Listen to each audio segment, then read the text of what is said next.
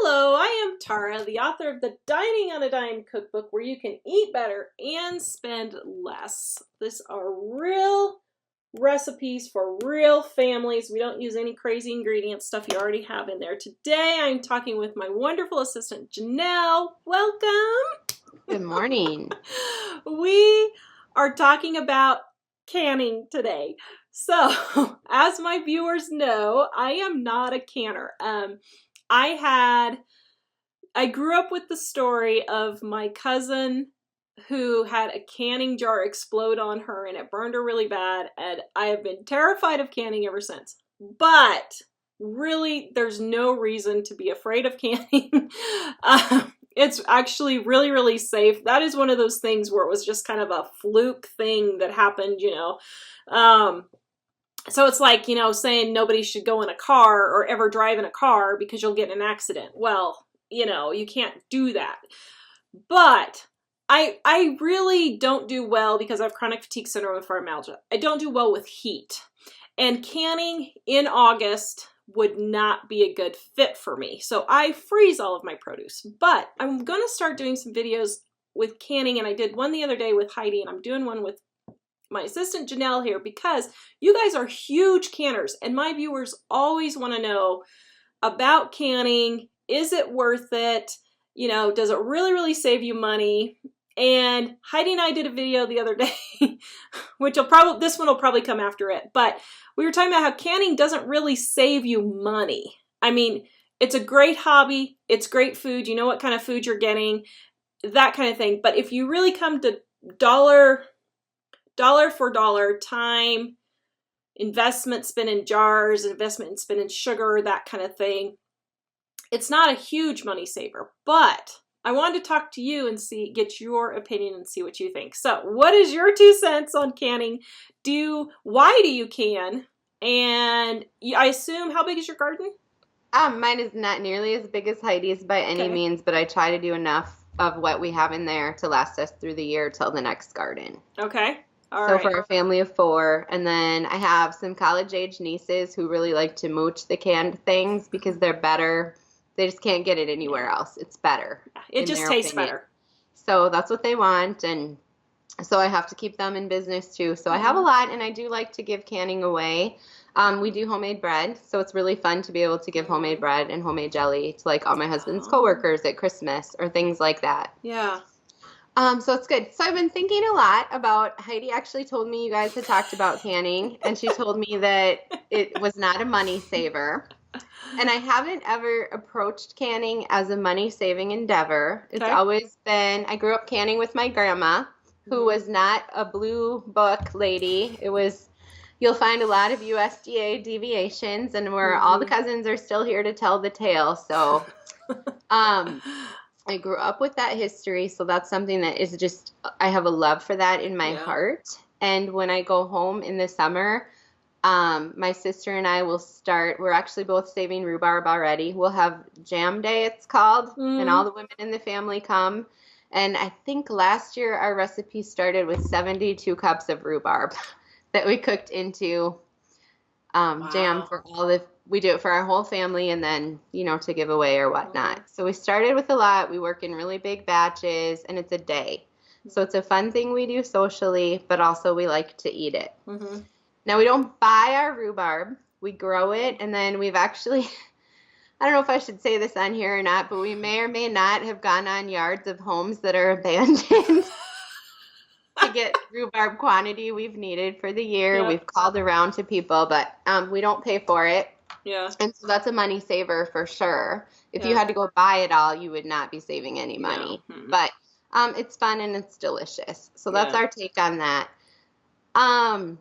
I have a lady that I know who gives me all of her Concord grapes every year, just bushels of Concord grapes.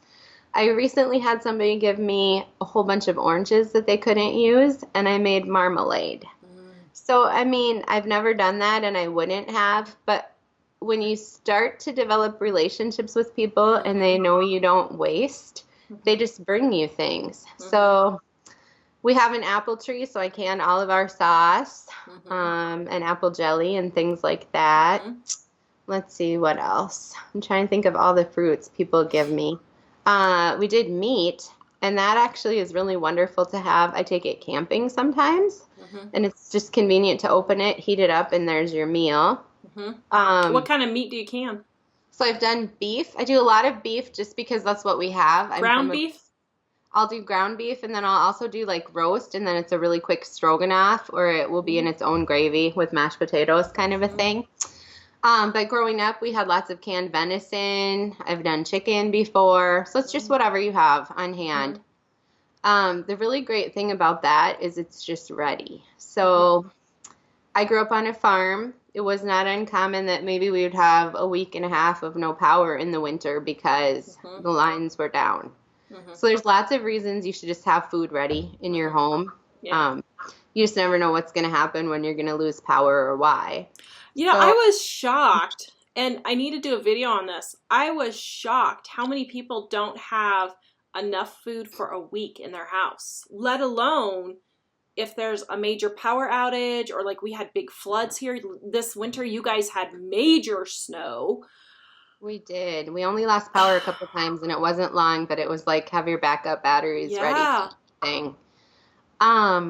And I don't know if a lot of people know this or if you've touched on this, but recently the government has really increased. There was a report that came out. I'd have to find it for you. But it talked about how I believe they used to say you should have 3 days to a week's worth of food in your home, and now they've increased it to, is it 6 months? 6 months. Yeah. 6 months. Well, I know there's a lot of people who are not okay for 6 months. And so for me, I have 4 kids in the house. We need to be okay for 6 months if we need to be okay. I hate to say it, but I'm sort of a prepper. I mean, we're not a prepper channel, but growing up the way we did, same way, we would go without heat and without electricity for days and days. Or like we literally couldn't afford to run our heater. So all we lived with was our potbelly stove. Yep. And one time we had the gas turned off. And so I just have it in me that I just always want to be prepared because you never know when something's going to happen. And even if it's not power or whatever, if your husband loses his job or, someone gets hurt or something, at least you'll have food to sustain yourself.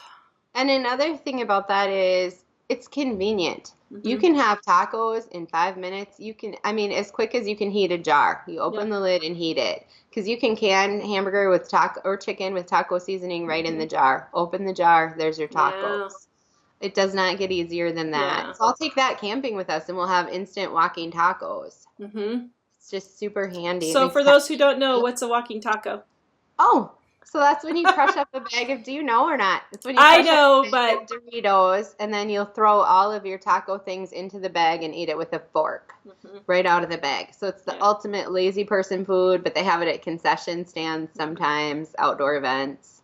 Yeah. So, super easy. Yeah. So would you say canning... How much time would you, okay, first of all, how many tomato plants, that kind of thing, do you grow to get enough food to can? Do you know? Oh, gosh. Well, so I'm varied on my tomatoes, and I don't always can them, depending. Okay. So last year was a slow year for ripening. So last year I called it sheet pan sauce, and I would just roast everything in the oven in sheet pans and then puree it, and I froze most of it because I was working in smaller batches. But if you're canning, that's awesome. You can get your pressure cooker loaded probably on 4 really good plants that you pick that one day. Okay. So you have to pick overtime if you have 4 really nice Roma plants. So how many days out of the year do you spend canning? Oh, gosh. I'm sure lots because I'm home, and now I've started canning. My kids are really into hummus, and that's been really good for them. So I started canning chickpeas. I've started canning black beans, chili beans. I'm doing all of that in part because my mom is on blood pressure medication. And if she's very careful about her salt intake, she can be down to 1 med. Oh, wow. And so I've learned a lot about salt in things, like celery. Who knew celery has tons of salt in it naturally? Oh, really? Huh. And so I've learned little things from her, and I try to keep that out of our food as much as I can because it's not good for any of us. We all get too much salt, I think. I know, right? Actually, so, I dump it on all the time. there you go. I don't use a lot of salt shaker, Yeah. but I mean, if you eat Yeah. any chips or anything like that, you're getting Yeah. more than you need Yeah. probably. All the processed food. But see, that's the thing. People don't realize we don't really eat a lot of processed type foods. Right.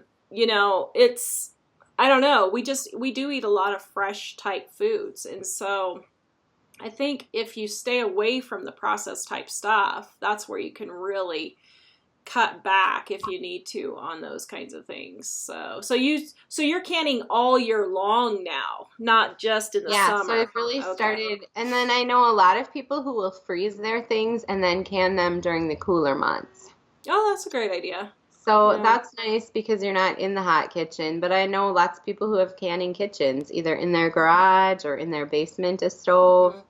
Hmm. Yeah. Every grandma I had one. My husband's grandmas all had a stove in the basement. That's where they canned, so they didn't heat up the house. Yeah. But Yeah. it's if you can especially find good deals on stuff and save it, I would say that you probably can save money there. Hmm. Yeah, if It's you a buy it learning, used and that kind of thing. there's a learning curve, but I also think it's a great way to be social and to forge relationships with other women in your life. Hmm. And you know, you can have some friends over and make jam with rhubarb, and you don't even have to can it. Everybody can just take home a couple jars and put it in your fridge. Hmm. So it doesn't have to be a big thing. Yeah. It's totally at your discretion. But if you start with jam or jelly or something easy like that, that's a quick water bath. I did rhubarb juice, which Hmm. our kids are huge fans of. Oh. It's kind of fruit punchy. It's an Hmm. Amish recipe, and I only do it once a year.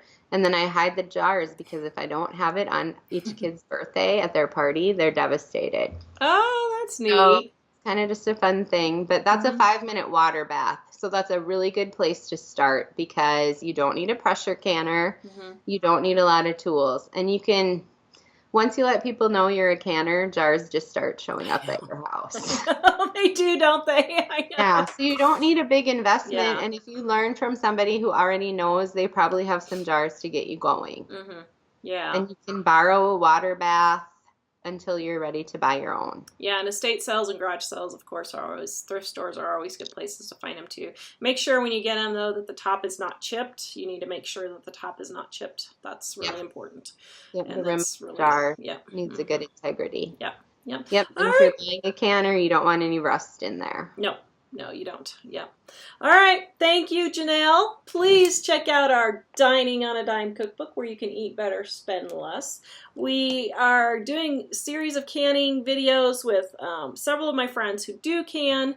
Thank you, Janelle, for sharing your 2 cents. I really appreciate it. Yeah. Please like, subscribe, and share, and we will see you guys next time.